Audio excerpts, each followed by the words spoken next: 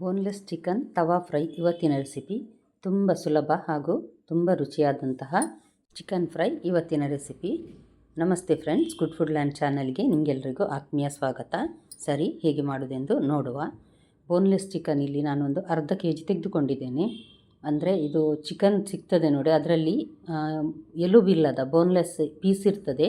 ಅದನ್ನು ನಾನು ನೋಡಿ ಈ ರೀತಿ ಪ್ರೆಸ್ ಮಾಡಿ ಚಪ್ಪಾಟೆ ಮಾಡಿದ್ದೇನೆ ಅದನ್ನು. ಅಥವಾ ಯಾವುದಾದ್ರೂ ಚಾಕುವಲ್ಲಿ ಪ್ರೆಸ್ ಮಾಡಿದರೆ ಈ ರೀತಿ ಚಪ್ಪಟೆ ಆಗ್ತದೆ ನೋಡಿ, ಇಷ್ಟು ತೆಳುವಾಗಿ. ಅಥವಾ ಬ್ರೆಸ್ಟ್ ಪೀಸ್ ಅಂತಲೇ ಸಿಗ್ತದೆ, ಅದನ್ನು ಸಹ ತಂದು ತೆಳುವಾಗಿ ಕಟ್ ಮಾಡಿ ಮಾಡ್ಬೋದು. ಈಗ ಮಸಾಲೆ ರೆಡಿ ಮಾಡುವ. 1 ಟೇಬಲ್ ಸ್ಪೂನ್ನಷ್ಟು ಕೆಂಪು ಮೆಣಸಿನ ಪುಡಿ, 1 ಟೇಬಲ್ ಸ್ಪೂನ್ನಷ್ಟು ಕಾಶ್ಮೀರಿ ರೆಡ್ ಚಿಲ್ಲಿ ಪೌಡರ್, ಮತ್ತು ಅರಸಿನ ಒಂದು ಅರ್ಧ ಟೀ ಸ್ಪೂನ್, 1 ಟೀ ಸ್ಪೂನ್ನಷ್ಟು ಪೆಪ್ಪರ್ ಪೌಡರ್ ಕರಿಮೆಣಸಿನ ಪುಡಿ, 1.5 ಟೇಬಲ್ ಸ್ಪೂನ್ನಷ್ಟು ಜಿಂಜರ್ ಗಾರ್ಲಿಕ್ ಪೇಸ್ಟ್. ಮನೆಯಲ್ಲೇ ಮಾಡಿದರೆ ಎಕ್ಸ್ಟ್ರಾ ಟೇಸ್ಟ್ ಸಿಗ್ತದೆ, ಹಾಗಾಗಿ ಮನೆಯಲ್ಲೇ ಮಾಡಿ ಹಾಕಿ.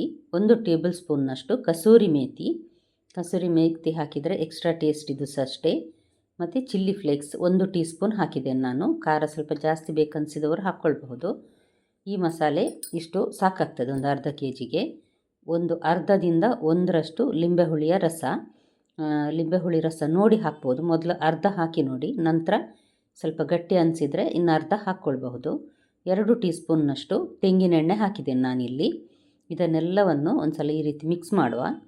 ನಂತರ ಇದಕ್ಕೆ ನಾನು 1 ಟೀ ಸ್ಪೂನ್ನಿಂದ ಸ್ವಲ್ಪ ಜಾಸ್ತಿ ಉಪ್ಪಿನ ಹುಡಿ ಹಾಕ್ತಾಯಿದ್ದೇನೆ. ಇದು ಪಿಂಕ್ ಸಾಲ್ಟ್. ಮತ್ತು ಟೇಸ್ಟ್ ಸ್ವಲ್ಪ ನೋಡಿ, ಉಪ್ಪು ಸರಿಯಾಗಿದೆಯಾ ಅಂತ ನೋಡಿ ಸ್ವಲ್ಪ ಹಾಕ್ಕೊಳ್ಬಹುದು.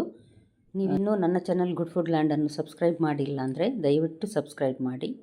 ಹಾಗೂ ನಿಮಗೆ ಈ ರೆಸಿಪಿ ಇಷ್ಟ ಆದರೆ ದಯವಿಟ್ಟು ಲೈಕ್ ಬಟನನ್ನು ಪ್ರೆಸ್ ಮಾಡಿ ಮತ್ತು ಫ್ಯಾಮಿಲಿ ಫ್ರೆಂಡ್ಸಿಗೆ ಶೇರ್ ಮಾಡೋದನ್ನು ಖಂಡಿತ ಮರಿಬೇಡಿ. ನೋಡಿ, ಈ ತೆಳುವಾದ ಈ ಚಿಕನ್ ಪೀಸಿಗೆ ಈ ಮಸಾಲೆಯನ್ನು ಈ ರೀತಿ ಹಚ್ಚುವ. ತುಂಬ ಸಹ ಜಾಸ್ತಿ ಹಾಕ್ಕೊಳ್ಬೇಕಂತ ಏನಿಲ್ಲ. ಈ ರೀತಿ ಹಚ್ಚಿ ಈ ಬಾಳೆ ಎಲೆಯಲ್ಲಿಯೇ ನಾನು ಒಂದರ ಪಕ್ಕ ಒಂದು ಇಡ್ತೇನೆ. ಮತ್ತು ಒಂದು ಅರ್ಧ ಗಂಟೆ ಆದರೂ, ಇದು ಕಡಿಮೆ ಅಂದರೆ ಅರ್ಧ ಗಂಟೆ ಮ್ಯಾರಿನೇಟ್ ಆಗಬೇಕು. ತುಂಬ ತೆಳುವಾಗಿರೋದ್ರಿಂದ ಜಾಸ್ತಿ ಹೊತ್ತು ಮ್ಯಾರಿನೇಟ್ ಮಾಡುವ ಅಗತ್ಯ ಸಹ ಇಲ್ಲ.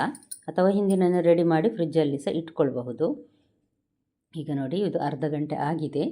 ನಾನೊಂದು ನಾನ್ ಸ್ಟಿಕ್ ಪ್ಯಾನ್ ಇದು ವೈಟ್ ನಂದು, ಅದಕ್ಕೊಂದು 2 ಟೀ ಸ್ಪೂನ್ನಷ್ಟು ಎಣ್ಣೆ, ಜಾಸ್ತಿ ಎಣ್ಣೆ ಬೇಕಾಗಿಲ್ಲ ಇದಕ್ಕೆ, 2 ಟೀ ಸ್ಪೂನ್ ಸಾಕು.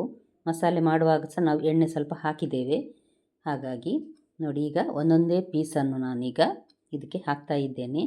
ಒಂದು ಸಲ ಎಣ್ಣೆ ಚೆನ್ನಾಗಿ ಕಾದ ನಂತರ ಒಂದು ಮೆಲ್ಲ ಉರಿಯಲ್ಲಿ, ಲೋ ಫ್ಲೇಮಲ್ಲಿ ಇದನ್ನು ಫ್ರೈ ಮಾಡಬೇಕು.